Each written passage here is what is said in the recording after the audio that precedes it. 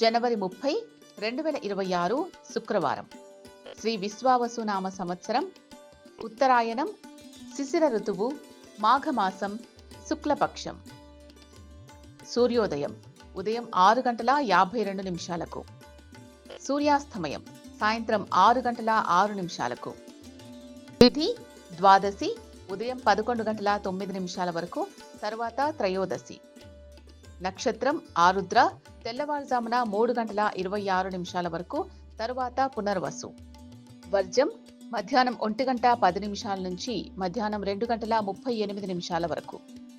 దుర్ముహూర్తం ఉదయం 9:07 నుంచి ఉదయం 9:52 వరకు.